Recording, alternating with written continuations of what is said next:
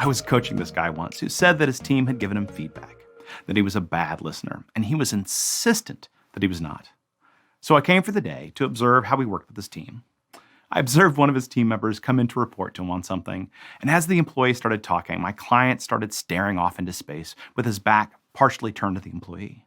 The employee gave me this questioning look, and it took all of my will not to just shrug. By the time the manager finally focused on the employee was checked out. He hadn't felt listened to, so he wasn't incentivized to listen in return. Afterwards, I asked my client, "What's going on there?" And he said, "Oh, that's how I listen. It's how I focus on what they're saying. I can really pay attention that way."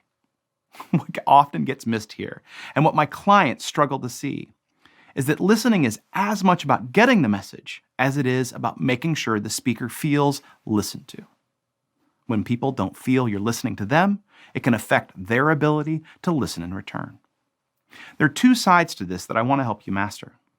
First, don't shut off when you feel unheard.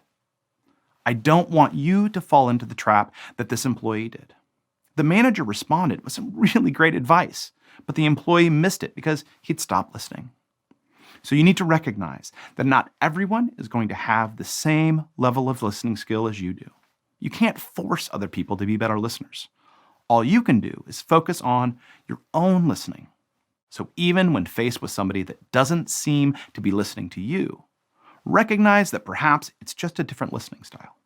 Don't let their listening style negatively affect your listening style. In fact, you can help them become better listeners by asking them questions in the process. Oftentimes, you can get them to start engaging more directly in listening. The other side of this coin is making sure that you're presenting as an active listener. Research shows that when people feel you're listening to them, they're more likely to listen to you and are more likely to engage in effective listening in return. So look like you're listening. Make eye contact. Face your body towards them. Don't fidget with your hands or tap your foot. Nod and say things like, "Yeah, okay, I see that. I understand," to signify that you're listening. Playing the role of an active listener will go a long way in effective communication. Being an active and neutral listener, regardless of how the other person is acting, establishes you as a fair and steady leader. It also serves as a model for your other team members to emulate. Be the listener you want others to be. You can't make them change, but you can be a shining example.